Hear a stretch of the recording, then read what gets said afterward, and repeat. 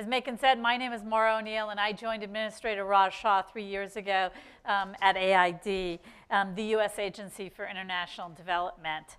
USAID's development work is a key component of our foreign policy, alongside with the defense work that our military does and the diplomacy work that our State Department does.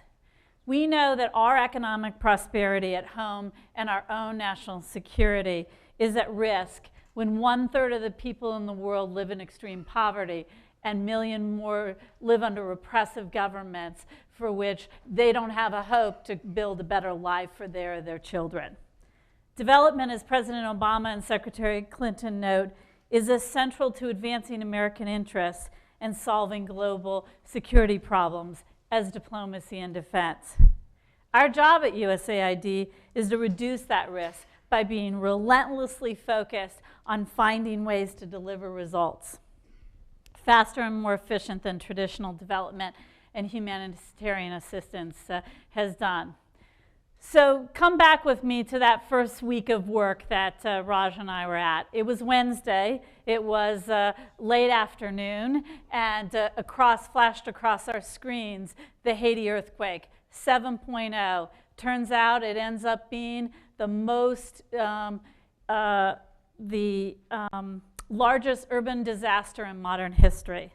It affected 1/3 of the population, and it claimed nearly 250,000 people's lives. Since it was dusk, it would be morning before we could assess the damage. Could we land planes? Could we dock ships? How were we going to get help down there? We worked all night. It was the first of many. We worked in lockstep with other U.S. government agencies and our military to help Haiti. The earthquake left a government in rubble, an economy in shambles, and people living in makeshift camps, coping with enormous loss. It also caused a cash crisis.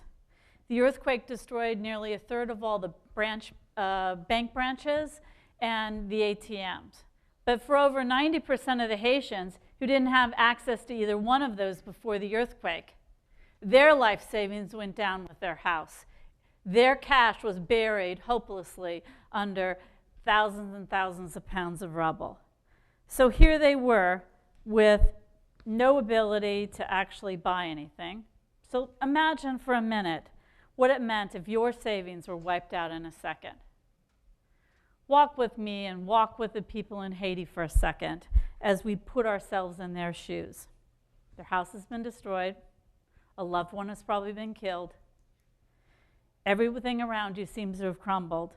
And because your entire life's worth is your assets and your cash has been swept away with the destruction, you have no ability to buy food, you have no ability to buy water, and you have no ability to buy any supplies to rebuild your house. This cash crisis was one of the least understood but hugely damaging effects of the earthquake. I often think about this story and think how lucky you and I are to live in a place that has a safe place to store our money. At AID, we know that financial inclusion and financial infrastructure is critical for families and economies to grow. In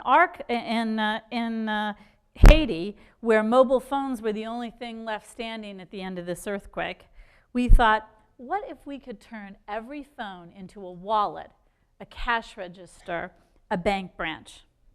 President Obama had challenged us to create a world in which AID and aid is no longer necessary. This was the kind of game-changing innovation that was going to be necessary. Priya Jaisangani and I, she's the director of our mobile solutions team at USAID, led an effort with the Bill and Melinda Gates Foundation, the USAID Haiti office, and local companies to build a mobile monies platform in Haiti months after the earthquake. I was in Haiti just last month and excited to tell you about the progress.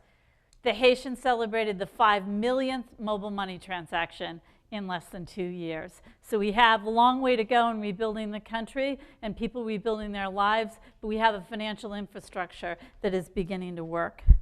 To better explain why this is important and what it means, let me introduce you. So this is what a lot of the ATMs and bank branches look like the day after the earthquake. So let me introduce you to Martine. After the earthquake, she had to move 75 miles north of Port-au-Prince to live with her family, taking only what she could carry. She made a living by selling food, soap, sponges, and other miscellaneous items. She made a few dollars here and there, but she didn't have anywhere to put it. She carried around a bag of cash, she stuffed it in her clothes, but she lived in a state of fear, worrying every day that a thief or a stranger, or maybe just somebody who had a little less than her, would steal that sum of money from her. This began to change when Martine participated in one of USAID's programs with Mercy Corps. She learned how to use mobile money, and she sent it back and forth with her family in Port-au-Prince. As a result of the training she received, she decided to start using mobile money in her business to more efficiently collect fees, to deposit her money in the bank, and for her products, just like we use credit cards in our businesses today. Martine told us that mobile money is like a safe for me. Like a safe, it makes Martine feel secure and empowered. Like a safe, it keeps money close so Martine doesn't have to travel to a bank. And like a safe, it enables Martine to grow her business and support her future. Martine's story is not that unique in Haiti, and electronic payments won't solve all her problems, but it is helping her in profound ways. If you only remember 3 things from this talk today, I want you to remember that electronic payments reduce transaction costs, they reduce corruption and violence, and they enable businesses to grow. And these are the conditions necessary if donors, to create a world where donors are not needed. Now think about the US for a moment. The Industrial Revolution wouldn't have happened without thriving commercial banks like Bank of America, Wells Fargo, and thousands of community banks around the US. eBay might not have been the eBay powerhouse that we know today if it weren't for PayPal. Our economy depends on the ability to send and receive money seamlessly. Your livelihood and mine depend on the ability to save, invest money, and use credit and debit cards in your wallet. But we also know that this kind of thing just doesn't happen. Think back to the history of the credit card. It actually took 50 years for the credit cards to really become ubiquitous in the US. People didn't trust credit cards, or at least they didn't know whether they should trust credit cards. Not enough merchants took it. But we don't have 50 years to wait to get people out of extreme poverty and create new markets for American products. So let's see what's happening around the world. The technology exists, the innovation payments platform exists, and here is a picture of the place in the world that this is happening so well, and that's Kenya. And we're honored to have the ambassador to the US from Kenya joining us today. Kenya's M-Pesa mobile money product, 80% of Kenyan adults use it as a way to store and transfer money. And they've done this in just 5 years, not 50 years. 80% of the adults are using it. But this is one of the few platforms to reach mass scale. There's about 130 deployments of mobile money and electronic platforms worldwide that are stalled. They're stalled for various reasons, but in large part they're stalled because there aren't any anchor tenants to this mobile money platform. It's a network effect. There needs to be huge volumes of transactions to support the kinds of agents on every corner, just like there was to have an ATM machine on every corner. So we need to, and can, jumpstart these efforts to find these anchor tenants for that mobile money mall. Until today, cash was the only alternative. And for those of us who live in the US, seems pretty easy. We go to the ATM, we get cash. We don't put our lives at risk as we are storing our money in our pockets or have to use our credit cards to actually buy things that are remote. But at this unique moment in history, when technology allows us to envision a world where everybody can soon keep their money electronically, safely, soundly, and together build a better, stronger economy, that's what we're about. So I'm so excited to launch the 20% initiative today, which aims to reduce 20% of the costs with cash-based programs across the U.S. government and put these tools in the hands of the poorest people in the world. At USAID, we are proud that we have taken bold steps to motivate a change in the way our partners and we do business. We continue to use our budget as a force for good, creating incentives that encourage partners to implement new payment methods. The Catholic Relief Services in Haiti, when they instituted paying their salaries through mobile money, reduced their administrative costs by 60%.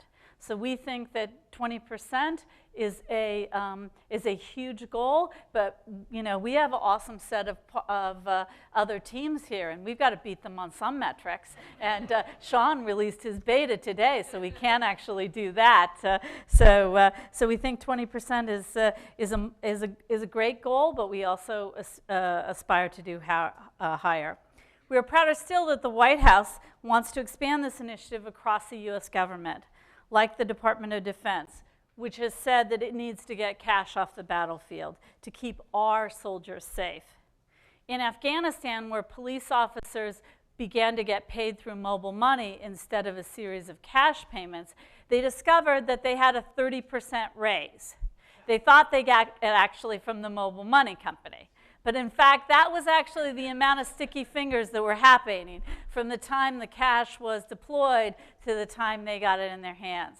A really important thing about this is when they were getting 30% less, they were getting paid less than the Taliban was willing to offer them to come to the other side. When they got that 30% raise, the money that they should have had in the first place, they were getting paid more than the Taliban was willing to offer them. So if we don't think that this has huge implications, not just for disaster, but for national security, as well as Americans to sell products overseas, the effect of this kind of payments platform and the efficiencies and opportunities are enormous. So moving from cash to electronic helps our security, it creates new products and makes the world more safe. So we say to ourselves, well, this is so simple. We thought this too. We said, okay, well, we'll just, how many programs could we possibly have doing cash at USAID globally? We're in almost 100 countries. Well, we had 140 projects that used cash because it's hard to actually transport anything else around the world. So we got into this and we found this is actually pretty darn complicated. It sort of looks like navigating this slide. It didn't take us long to realize that there were deep challenges to internal processes, contract language, audit requirements, internal champions, and oh yes, we wanted to make sure that terrorists and money launderers around the world couldn't actually use this new financial structure. So we've been working very closely with our US Treasury colleagues and other things I won't bore you with. But it's a challenge that cuts across the banking industry, the payments industry, technology, consumer protection, and a whole lot of other sets of bureaucracies.